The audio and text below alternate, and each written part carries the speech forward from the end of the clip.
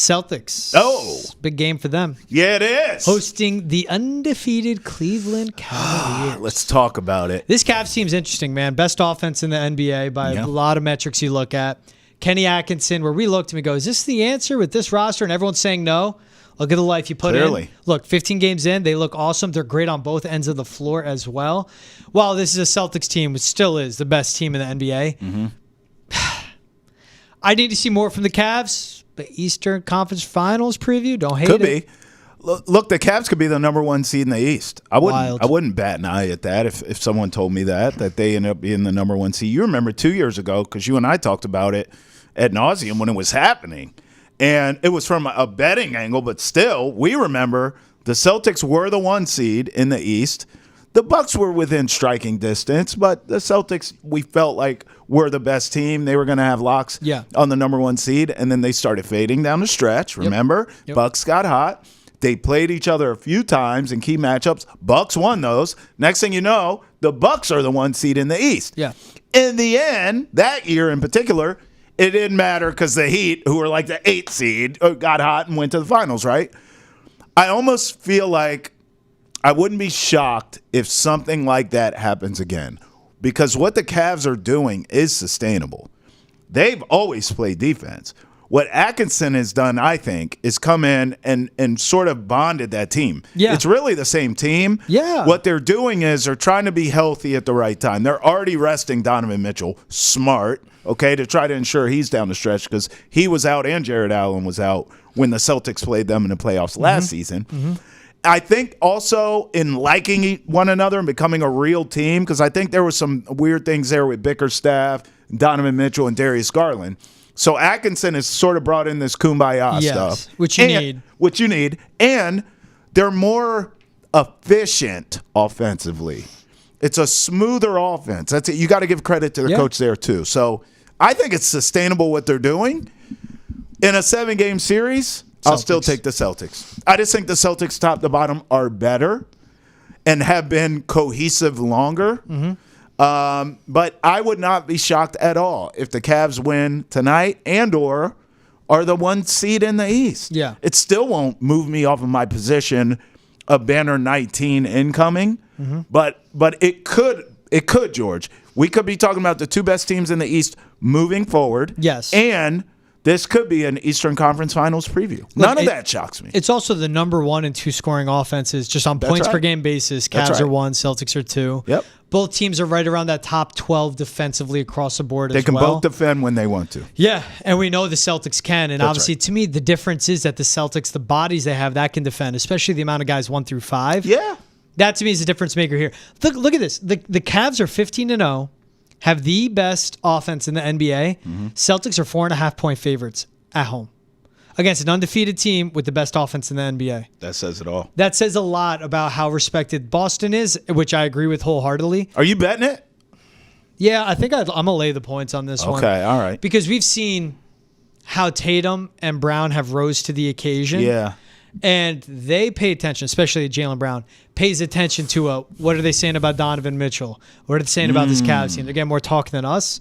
Where JB will take on the defensive assignment himself and that responsibility, but also with what the Drew Holidays bring, what their front court brings.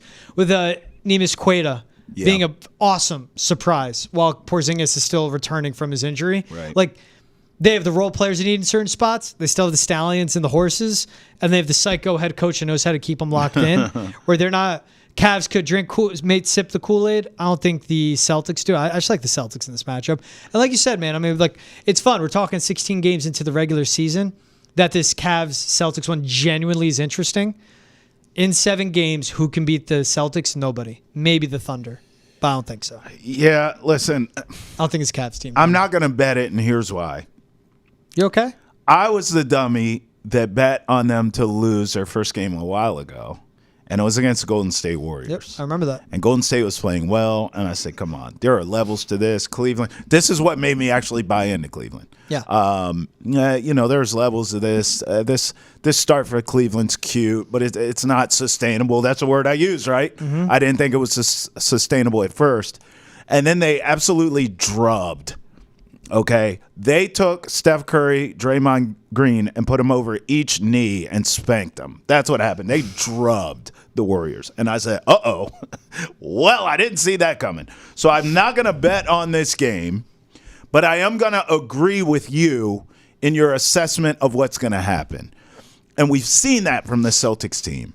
When they want to be locked in, and they take something serious, and they're not bored out of their gourd, because I think a lot of this stuff, like this NBA Cup, they don't give a rat's ass about the NBA Cup. If they beat the Cavs, it's not because of this tournament.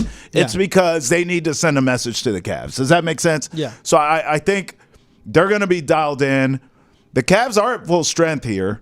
The Celtics are not technically yet, and I know Porzingis is coming eventually. We could talk about him if you want, but I'm going to take the Celtics at home, dialed in, trying to, even if it's psychologically, sort of send a message to the Cavs.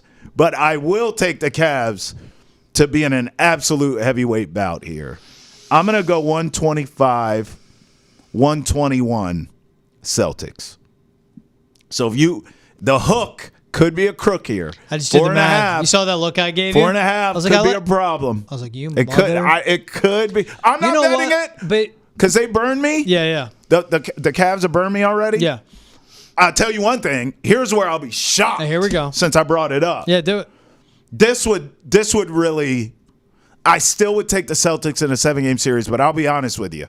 If the Cavs do to the Celtics what they did to the Warriors, I'll be shocked. That's the only thing that could shock me. If they come in here and whoop arse, I'd be shocked by that. I don't really see that happening, though. I don't. I could see the over in this one just because both teams love the three ball. The Cavs shoot the three better than anyone. The difference maker in this one, which, by the way, your total would be the over for. Okay. The difference maker in this one, though, is that the Celtics defend on the perimeter. Cleveland does not. Cleveland's like, I think they rank 27th in the NBA.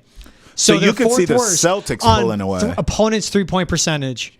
And with both teams loving the three ball, but the Cavs don't shoot a ton because they make a ton. Right. You run into a good defensive team on the perimeter. It takes away what your main piece is as you score. Celtics make you play their ball, and that's why I think Celtics win this one. What's your score? 125, 120. Oh, it's right there. Just to be petty. Why are you betting this? Just to be petty. You're insane. I'm being petty. I gave you that score because you said 125, 121. No, I know, but I'm just saying if you're laying the points, like you're living on the edge here. Yeah, I would rather go. You should go over. No. You're sticking with it? Yeah. Man. I want to go with my gut. By the way, for context, I brought up how the Cavs beat the hell out of the Warriors. I Lord knows I remember it because I lost money.